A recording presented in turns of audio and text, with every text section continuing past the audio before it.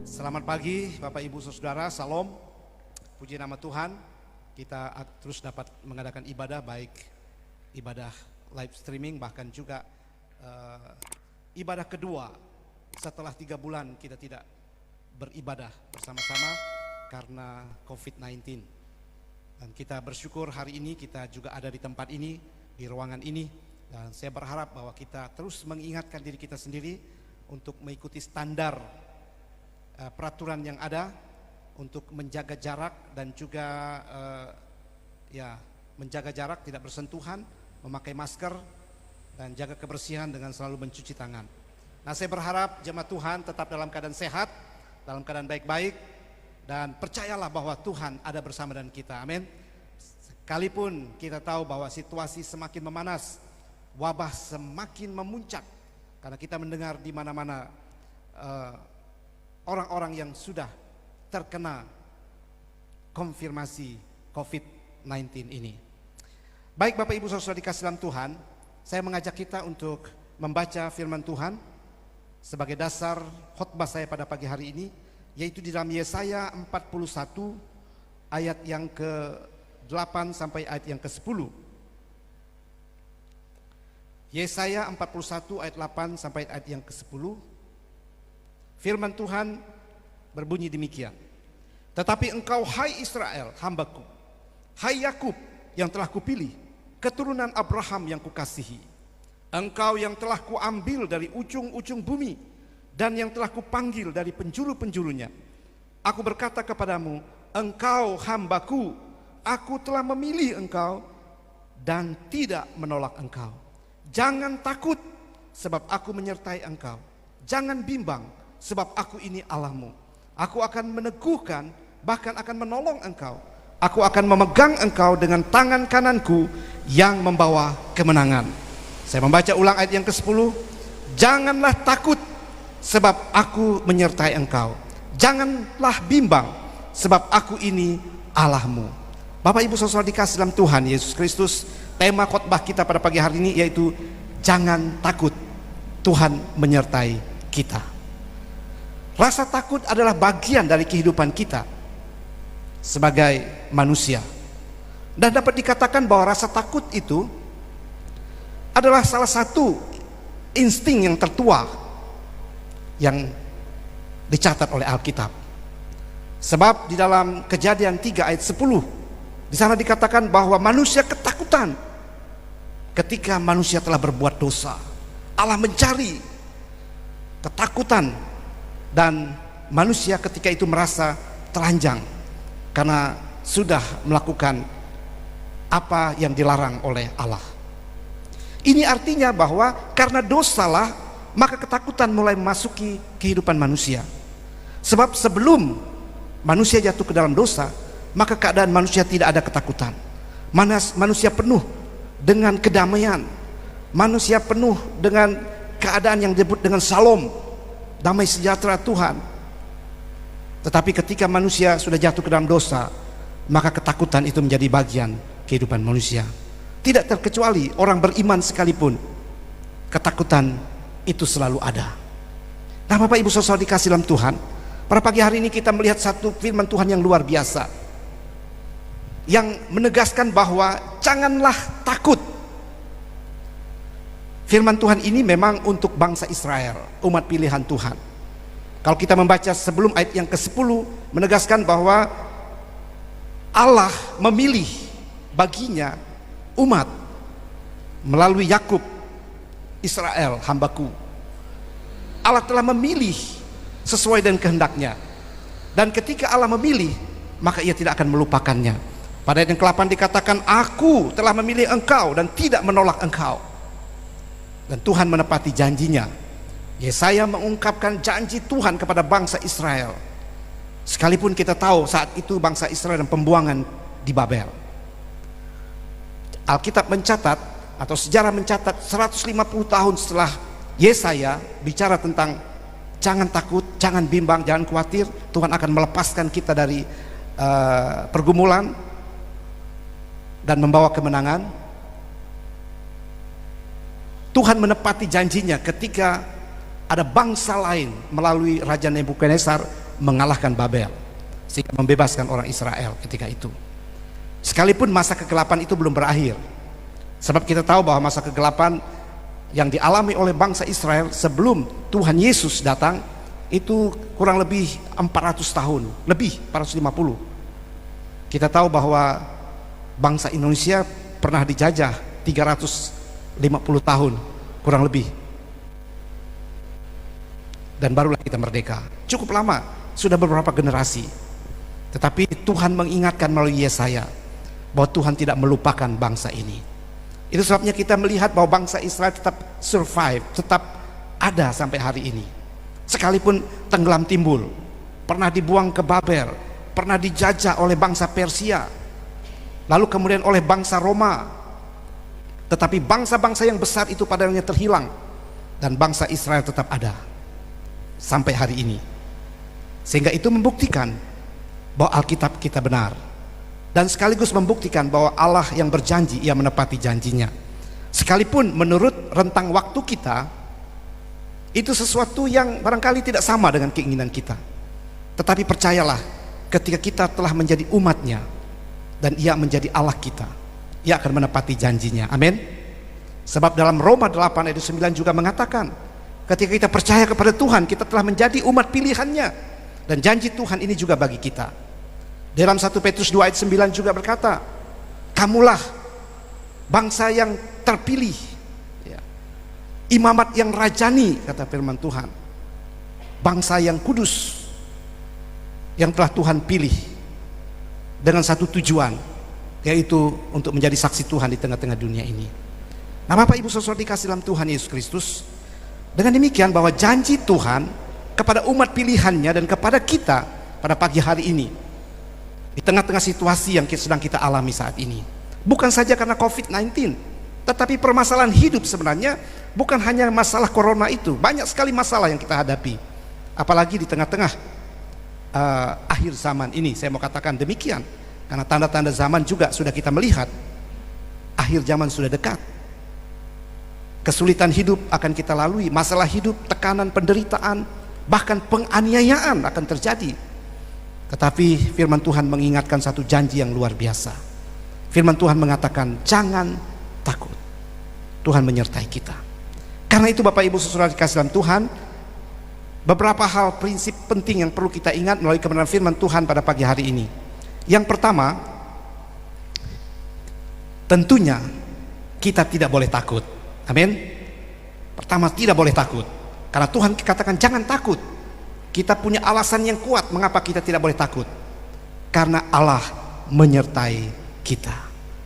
God bless us, ya, seringkali kita ucapkan dalam pergaulan kita sesama, mengingatkan satu sama lain, dan juga boleh kita katakan satu sama lain. Mari kita katakan kiri kanan kita, Tuhan menyertaimu, Tuhan menyertaimu, ya. Kita ucapkan itu, perkatakan firman Tuhan, karena itu janji Tuhan yang luar biasa. Bapak Ibu Saudara, tidak salah kita katakan dalam setiap pertemuan, Tuhan menyertaimu, Tuhan memberkatimu, Tuhan menyertaimu. TYM, GBU, nah, biasa kita singkat. Mengapa? Karena Allah yang menjanjikan penyertaan itu adalah Allah yang maha kuasa, Allah yang tak terbatas. Firman Tuhan katakan dalam Roma 8 ayat yang ke-29 dan 30, kalau kita di pihak Allah, siapakah lawan kita? Artinya bahwa Allah yang tertinggi, kalau dia menjanjikan penyertaan, artinya bahwa itu adalah jaminan yang pasti. Tidak perlu lagi kita takut. Sekalipun memang seperti yang saya katakan bahwa ketakutan itu sudah menjadi bagian kehidupan manusia, insting tertua tadi, karena manusia telah jatuh ke dalam dosa, mengakibatkan bahwa manusia ketakutan. Tetapi firman Tuhan mengingatkan kepada kita, jangan takut, sebab Allah menyertai kita. Allah sanggup untuk menuntun kita. Kepastian bahwa ia menyertai kita adalah sesuatu yang membuat kita dapat menjalani kehidupan ini dengan damai. Jadi ketahuan orang yang sungguh-sungguh percaya kepada Tuhan dengan orang yang tidak memiliki kepastian, pasti dalam kehidupannya penuh dengan ketakutan. Karena memang ketakutan sudah menjadi dasar dalam kehidupan manusia, maka ketika ia tidak percaya kepada Tuhan, maka ketakutan itu akan menguasai kehidupannya. Kita diingatkan khotbah beberapa waktu yang lalu, ketakutan yang berlebihan dapat menghancurkan kita. Sama seperti bangsa Israel ketika mendengar berita tanah Kanaan yang akan mereka tempati, sebentar lagi mereka akan masuk tanah perjanjian yang dijanjikan Tuhan, tanah yang dijanjikan subur, tanah yang luar biasa. Tapi ketika ada 12 orang pengintai, yang 10 mereka membuat berita yang buruk, sehingga bangsa Israel menjadi ketakutan.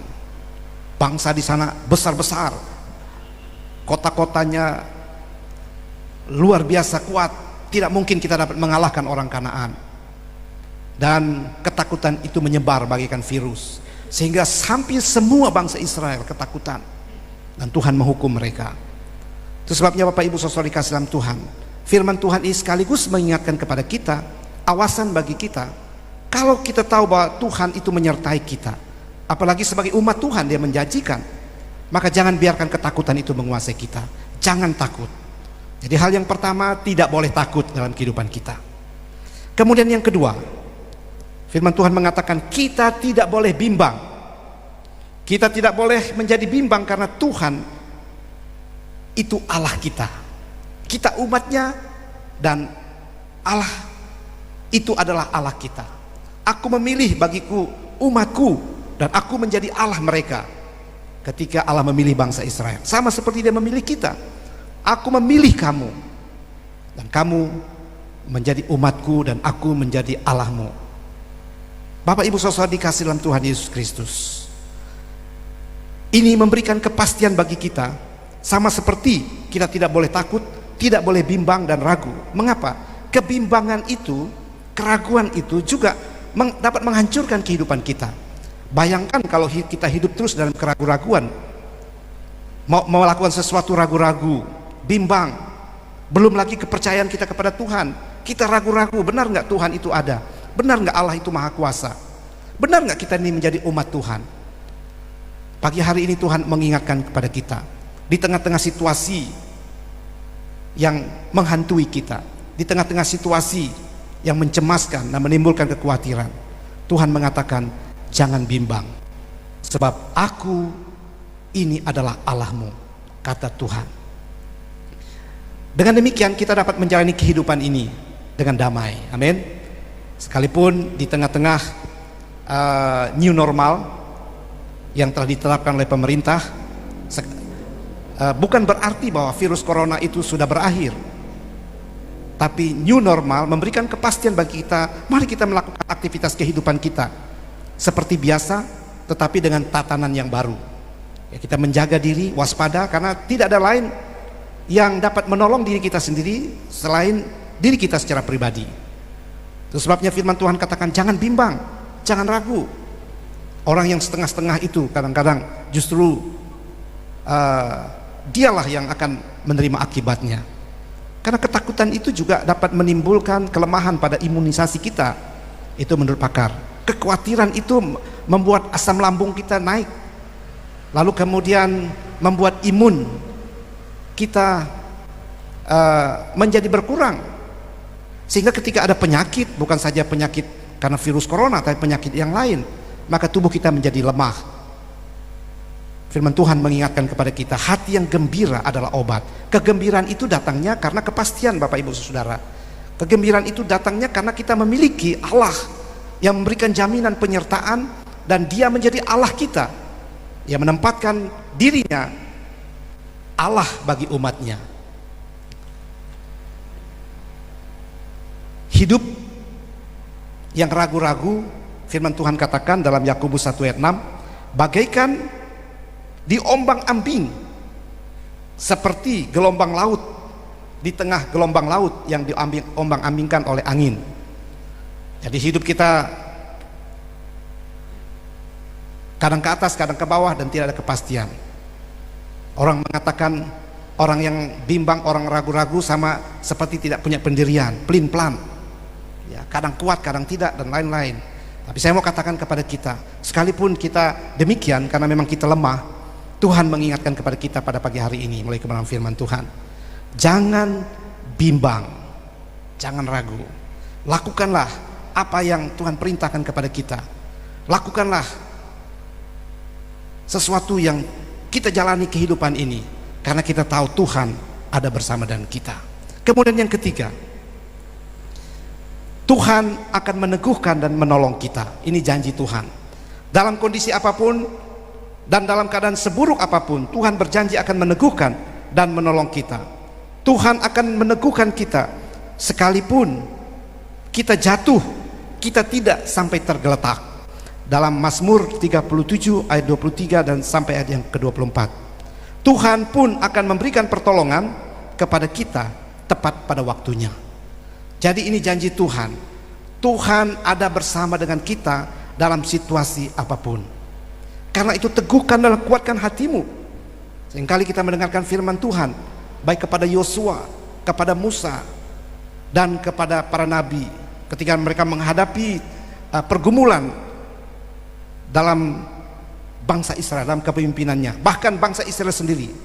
Teguhkan dan kuatkan hatimu. Percayalah bahwa Tuhan ada bersama dengan kita dalam situasi apapun. Memang ini ada satu jaminan bagi kita. Dalam kondisi apapun Tuhan tetap ada bersama dengan kita. Ia tidak akan pernah meninggalkan kita. Sekalipun kadang-kadang situasi itu masih terus berlangsung dalam kehidupan kita, selalu kita bertanya kepada Tuhan. Tapi satu hal yang perlu kita ingat, sebagaimana firman Tuhan katakan, Ia ada bersama dengan kita. Ia meneguhkan kita dan ada untuk menolong kita dalam situasi seburuk apapun yang kita alami.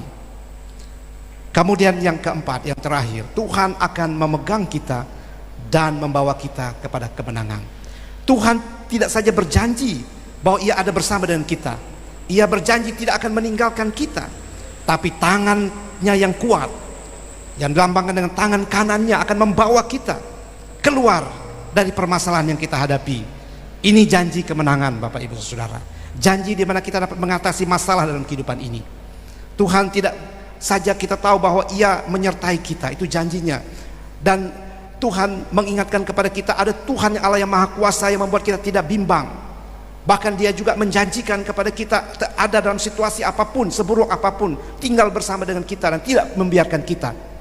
Tapi satu janji Tuhan yang terakhir ini dikatakan, dengan tangannya yang kuat akan membawa kita keluar sebagai pemenang. Puji nama Tuhan. Saya percaya apapun yang kita alami pasti akan ada jalan keluar bersama dengan Tuhan. Karena ini janjinya, sama seperti Tuhan lakukan terhadap bangsa Israel. Dan Tuhan tetap memelihara dan menggenapkan janjinya. Janji-janji berkatnya tergenapi kepada bangsa Israel sampai hari ini. Begitu juga dengan kita sebagai umat pilihannya.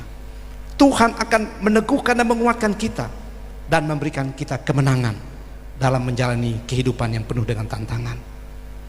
Dan kiranya melalui kebenaran firman Tuhan ini memberikan peneguhan dan kekuatan bagi kita.